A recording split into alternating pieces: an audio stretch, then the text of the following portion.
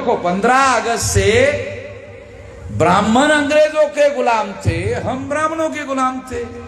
यानी हम गुलामों के गुलाम थे, अंग्रेजों के गुलाम आजाद हो गए। गुलामों के गुलाम आजाद नहीं हुए तो 26 जनवरी 1950 को बाबा साहब आंबेडकर को संविधान में लिखकर आजादी घोषित करनी पड़ी। तो संविधान ने हमें आजाद किया, वो संविधान देश में लागू नहीं किया जा रहा है, वो संविधान देश में लागू नहीं होने दिया जा रहा है। इसको समझनी जरूरी है। और एक बड़ा मामला देश में खड़ा किया जा रहा है आज के तारीख में, 2014 से चल रहा है। क्या है? हिंदू मुसलमान, हिंदू मुसलमान, हिंदू मुसलमान, हिंदू मुसलमान, हिंदू मुसलमान।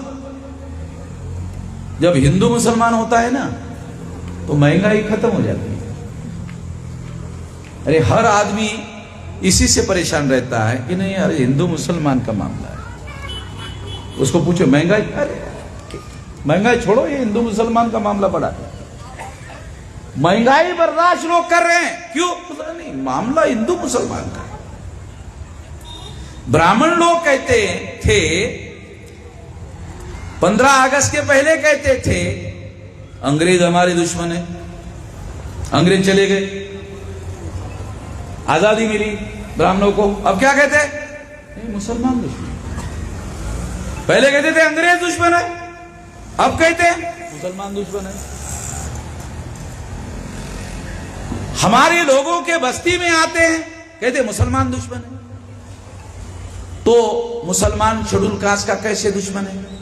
मुसलमान शेड्यूल ट्राइब का कैसे दुश्मन है? मुसलमान ओबीसी का कैसे दुश्मन है? कैसे है? क्या मुसलमानों ने वर्ण व्यवस्था बनाई? नहीं बनाई। मुसलमानों ने जाति व्यवस्था बनाई? नहीं बनाई। मुसलमानों ने अस्पृश्यता बनाई?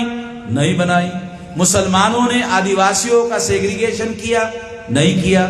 मुसलमानों की वजह से आदिवासी जंगलों में रह रहे? नहीं रह रहे। घुमंतू जाति के लोगों का बहिष्कार हुआ? क्या मुसलमानों ने किया? नहीं किया। शूद्रत्व, पिछड़े वर्ग बख्शी मंडल पर थोपा गया, क्या ये काम मुसलमानों ने किया? नहीं किया। महिलाओं को दास बनाया, क्या ये मुसलमानों ने किया? नहीं किया।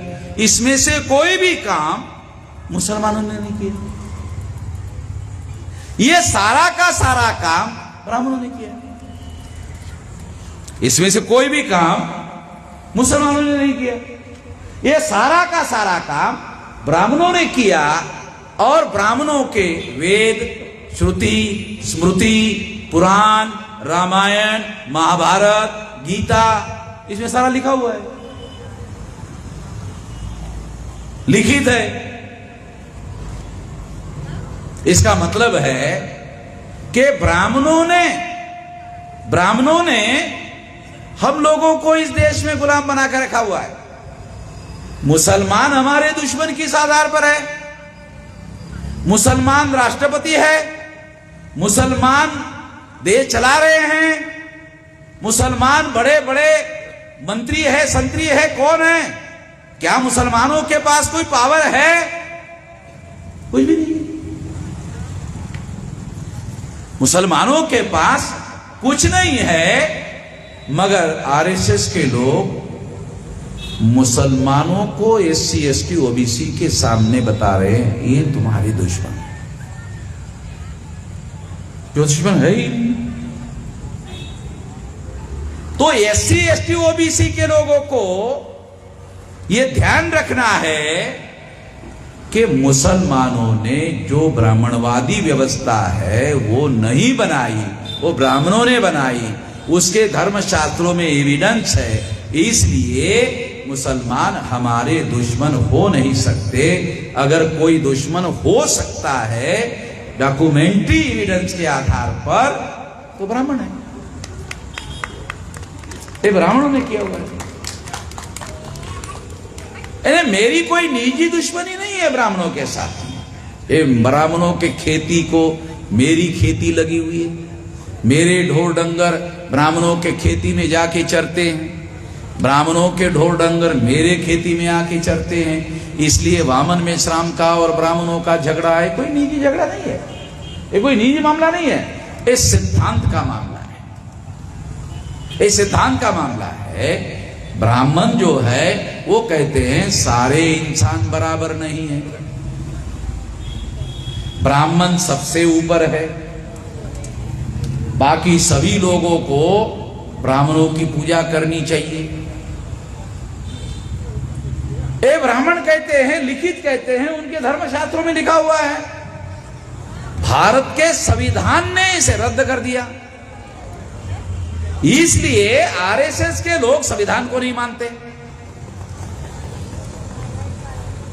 कितनी हैरान करने वाली बात है, अगर किसी मुसलमान ने संविधान को मानने से इनकार कर दिया तो आरएसएस के लोग सारे देश भर में हंगामा करते हैं।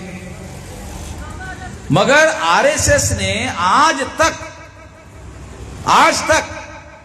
97 साल हो गए आरएसएस बनाकर, कागज में एक रेजोल्यूशन तक पास नहीं किया कि हम संविधान पर यकीन करते हैं, विश्वास करते हैं। कभी ऐसा कोई कागज में प्रस्ताव पारित नहीं किया। जो आरएसएस संविधान पर विश्वास नहीं करता, संविधान में अगर कोई आर्टिकल आपको पसंद नहीं है तो संविधान में बाबा साहब आंबेडकर ने लिखा कि संविधान का आर्टिकल अगर आपको पसंद नहीं है तो आप उसको सुधार सकते हो। सुधारने का, अमेंडमेंट करने का अधिकार है, संविधान ही बदलने का अधिकार संविधान में नहीं है। तो आरएसएस के लोग संविधान बदलने की बात करते हैं। संविधान के अंदर कोई आर्टिकल आपको पसंद नहीं है, उसको सुधार सकते हो, ये तो बाबा साहब ने खुद ही लिखा। संविधान में सुधार कर सकते हो। संविधान बदलने का अधिकार संविधान द्रोह है, और संविधान द्रोह राष्ट्रद्रोह है। आरएसएस के लोग राष्ट्रद्रोह कर रहे हैं, मगर डेली प्रचार करते हैं, वो डेली प्रचार करते हो राष्ट्रवादी है। केवल आरएसएस के लोग प्रोपोगंडिस्ट है, यानी प्रचारवादी है, केवल प्रचार करते हैं, और अखबार वाले उनकी हां में हां मिलाते रहते हैं, उनका प्रचार करते रहते हैं। सही नहीं है। आरएसएस के लोग राष्ट्रवादी नहीं है। जो लोग डीएनए के अनुसार विदेशी है, जो लोग डीएनए के अनुसार विदेशी है, वो लोग राष्ट्रवादी कैसे हो सकते हैं? अगर विदेशी लोग राष्ट्रवादी होते तो फिर अंग्रेज भी राष्ट्रवादी होते। तो अंग्रेजों को गांधी जी ने, नेहरू जी ने क्यों कहा चले जाओ? तो अंग्रेजों ने गांधी जी को पूछा क्यों चले जाओ? तो गांधी ने कहा आप विदेशी हो। तो चर्चिल ने गांधी जी को कहा गांधी जी आप भी तो विदेशी हो, आप भी तो विदेशी हो। चलो ऐसा करते हैं, मैं पोटली बांध लेता हूं, मैं आगे रहता हूं, तुम तुम्हारी पोटली बांध के मेरे साथ चलो। दोनों चलते विदेश, दोनों विदेशी, मैं भी जाता हूं तुम भी जाओ। गांधी जी ने कहा कि मैं जो आजादी मांग रहा हूं मेरे लिए नहीं मांग रहा हूं, इनके लिए मांग रहा हूं। तो मेरे नाम पर, हमारे नाम पर आजादी लिया, हमें नहीं दिया। बनिया जो होता है वो लेता है, देता नहीं। गांधी बनिया था। गुजरात के लोगों को बुरा लगेगा, मगर बनिया का स्वभाव है, वो लेता है, देता नहीं है। गुजरात के लोगों का नहीं, सारे दुनिया में लोग जो है वो गांधी जी को महात्मा कहते हैं। गांधी जी कभी भी महात्मा नहीं थे। गांधी जी को महात्मा कहने का क्या मतलब है कि उन्होंने कमर के ऊपर कपड़ा डालना बंद कर दिया, बस इसी की वजह से गांधी जी महात्मा हो। अरे ये कोई साला महात्मा बनने का? ये आपने कमर के ऊपर कपड़ा डाला, नहीं डालना शुरू कर दिया, या धोती जो है वो पूरी पहनने के बजाय आधी पहनना शुरू कर दिया, पर ये कोई महात्मा बनने का मापदंड है? गांव में किसान लोग सारे देश भर के आधी धोती पहनते हैं, तो क्या सारे महात्मा हैं क्या? बहुत सारे हमारे लोग किसान खेती में कमर के ऊपर कपड़ा जो है बहुत बार वो नहीं होता है, तो क्या वो भी महात्मा है? नहीं।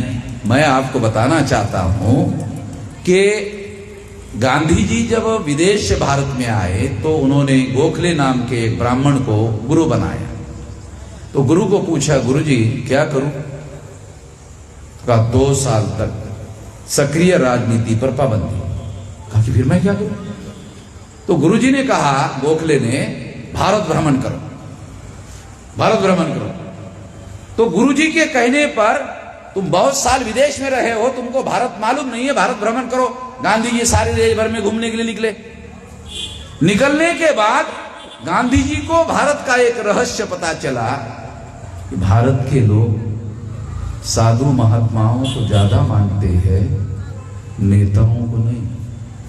साधु महात्माओं को ज्यादा मानते, नेताओं को नहीं। तो गांधी जी ने ये रहस्य जान लिया, अरे साला साधु महात्मा को लोग मानते ज्यादा है।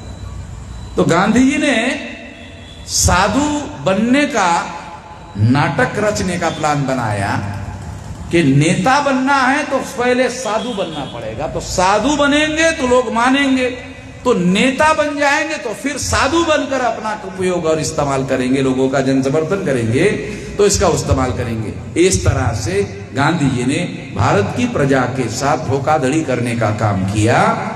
बाबा साहब अम्बेडकर बैरिस्टर थे, पढ़े लिखे थे। बाबा साहब अम्बेडकर मैट्रिक बैरिस्टर नहीं थे, वो ग्रेजुएट बैरिस्टर थे।